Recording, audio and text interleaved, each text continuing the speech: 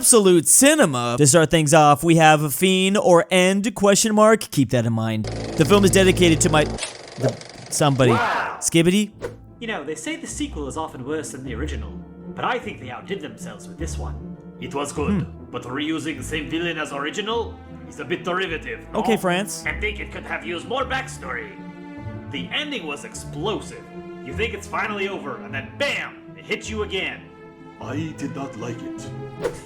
I wonder if they'll make a... And you find out at the very end, the movie they watched was World War II, the movie. I wonder if they'll make a third. Oh, poor Poland. Now, keep in mind some of the things these specific country balls said about World War II, the movie. Funny that the only Axis member is the one here that doesn't seem to be that happy. Obviously, because they took an L. So this is pretty much wondering if there's gonna be like a World War III. So the Brits liked it because, well, the Brits were part of World War I and World War II. I guess according to the Brits, they liked World War II more. Of course, reusing the same villain as original is a bit derivative. this is my favorite line of the whole video. Of course, it's France complaining about the same villain because it was Germany in World War I and World War II. And of course, France has found something to complain about because their performance in World War II wasn't the same as in World War I. It kind of took an L. Oh, I think it could have used more backstory. I think China says this about the World War II, the movie, because a lot of people forget the lead up to World War II, specifically in the Asian theater. Japan and China were fighting over there, but a lot of people specifically in the West kind of just say World War II officially started when Germany invaded Poland. Keep in mind, Japan and China were fighting like a full almost 10 years before that. China wants more backstory because pretty much no World War II movie ever talks about the backstory between just China and Japan. The ending was explosive. The USA, do you really gotta say that when Japan's around? Finally over, and then BAM! It hits you again. And it hits you again. Two lines there that I'm sure is going over a lot of people's heads. Okay, I'm not surprised to see that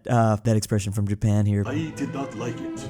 And of course, Japan follows up with he didn't like it. Well, yeah. What a twist! It could have used more backstory. By China is peak line referring to how no one recognizes World War II starting earlier for China. World War III coming to theaters near you. Once I realized Germany was missing, I knew what movie it was. Wait, what? I didn't see that. Oh dang, that almost went right over my head. I bet you that's a reference to the movie poster World War I because the rectangle was the main villain. That was the original villain. I do wish Italy watched this movie with their redemption arc. Can't believe Germany missed the show. Germany, the reason why we haven't had the trilogy because I think Germany just doesn't want to be the villain again. I get that. Oh no, India and Pakistan complaining about Kashmir, this region in the north. Fun fact, this is why on a lot of maps they kind of just leave like a dashed area up here just so they don't cause too much controversy. But funny enough, this has got to be by far and away the region that can piss off the most people. You got 1 billion people in India, 1 billion people in China. Pakistan's got over 100 million, which is still no pushover. All right, Pakistan has almost 250,000, which is really serious. 5th most populous country in the world. And now this place is heating up more than ever. Kashmir is Pakistan.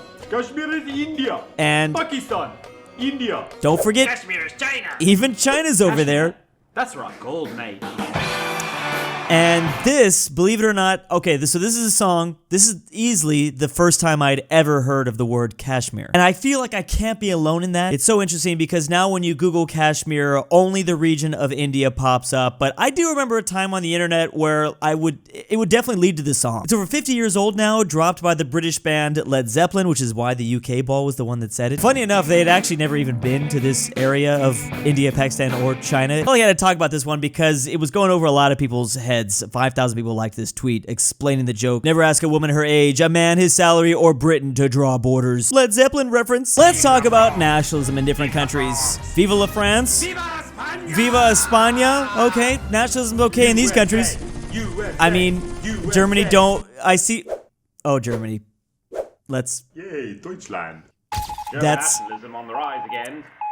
That's definitely how we get a world tension increase to like 99%. No, it doesn't go to 99%, but whenever Germany does have like nationalistic events, I can feel world tension rising up at least 1 or 2%. After what's happened in the past, there's just some places that aren't allowed to be nationalistic. Experts fear Germany may want to conquer Europe. What's great about this one is the voice acting because we do have people screaming for France, for Spain. I mean, the USA isn't really screaming, but we do have our weapons of choice. Then there's Germany like, Hee. Yay, Deutschland. Deutschland is cool, right? I think it's important to remember what flag he's holding. Like, this is just the modern German Federation flag, right? Is that what it's technically called? Officially, the Federal Republic of Germany. I think it's okay as long as they're not holding up some of those other flags from the past. Which, funny enough, this is a flag from the past. It was first adopted back in 1919. Another country that isn't in this video, but I would have loved to have seen featured is Japan. Japan also has a very, well, troubled time talking about nationalism. I love how the announcers sound so serious and how Germany's little yay provokes widespread paranoia. And even to this day, I swear there are memes and articles like always being written pretty much every single year for the last, I mean, how long have I been doing this for? For like 10 years. Every time Germany has like just like a hint of nationalism, like the media goes crazy. This short seems like a joke. It seems like it's, you know, kind of being overblown. It really is like this. World War I assassination, World War II failed artist, World War III unable to be patriotic. Unironically, that could be a problem. It's always Poland that sweats the most. I agree. This guy deserves an Oscar for that Spanish line. Viva España! Everybody can sing, even Nepal. Rar, Nepal. East Poland side story auditions. Okay, so Nepal can only say rar in the Country Ball universe. If you weren't aware, they're kind of this creepy creature just because of the weird like flag dimensions. Still love that this country had the balls to do the strangest thing with their flag and not feel self-conscious about it. It's terrifying. Aww. These poor judges. The judges are just... Hey, you. Oh, no. Join us. It's too perfect. Okay. Now Nepal has found his calling. If he really wants to be a singer, he's got to be a singer for a death metal band. And if you didn't know, the countries that love death metal the most would be Finland, Norway, Iceland, just the Nordics in general. The number of metal bands proportionate to just 1 million population is insane up here. Always reminds me of this meme of how the Scandinavians who grew up in a beautiful place just have terrifying music. That versus, well, Latinos. I like the addition to that meme though. Then there's Slavs. I think this might be a reference to Eurovision, specifically with the EU, Germany, and France being the judges, and then the other European balls coming to support Nepal. Even these people that work behind the scenes, like Serbia and Estonia, I think this is Eurovision essentially. Germany, how are you gonna give a -1 though? Let's see what that translates to English. Okay, that makes sense. Aristotle's vodka bottle. That's a beautiful name. Now just wait until they combine Nepal with Ohio, who can only say rar as well. Those harmonies in their voices, that's gonna be incredible. I like that Nepal is not the only deformed dinosaur for whatever reason in the Country Ball universe. This might be the real reason we want other countries to spend more on their defense. Now, I believe the target is 2%, but USA here is saying 5% on defense. Y'all better spend 5% of GDP on defense. 5%. Insane. Why do we need to spend so much on defense? What are we even need that for? You're gonna need it because of what I'll do to you if you don't spend that much. Oh, that makes sense. They are gonna be the ones that whip them off. Whip them off? Why does that sound weird? This is Canada, Denmark, and Spain specifically, NATO countries. Again, the target is 2%, but that is an interesting twist. It's like we want our enemy to like train harder so that we have like a more proper fight. Basically, the USA is gonna, like, this is giving the illusion that the USA is going to invade these countries if they don't start spending more. I guess that makes sense in a way. Maybe the US does want to take over NATO so that we can, I don't know, prepare for the war against Russia. I don't know, man. It's funny because there are certainly other countries in NATO that do actively want to spend more on defense. Germany's beginning to. Poland's already pretty high up there. France keeps talking about a European army. He's been talking about that for a minute. Poland be like, why are you telling me to reduce my spending on defense? Yeah, like I said, they're pretty high. It shouldn't be surprising though, because pretty much any country that is near Russia is going to be spending more defense than others. So Poland and the Baltic brothers, except for Lithuania, they especially border Russia, but just the enclave right here. Poland doesn't border Russia yet, but that could be a possibility, unfortunately. Then, of course, the countries that are further away from that nation, they are kind of spending less. With the one outlier being Greece, specifically because, well, Turkey, 2 NATO countries. It's a funny thing going on right there. Germany has had major gains over the last 10 years, so has the UK, so has France, Italy, Turkey, but there's still a lot of other countries that are missing that 2% guideline mark. This is just talking about overall spending. The US is not trying to get everyone to spend 860 billion, not all of them, but percentage-wise. The irony is EU increased military GDP expense, but they stopped buying American weapons. 5% rookie numbers, Poland. The fight over the Black Sea, Russia, Turkey. Who controls the Black Sea?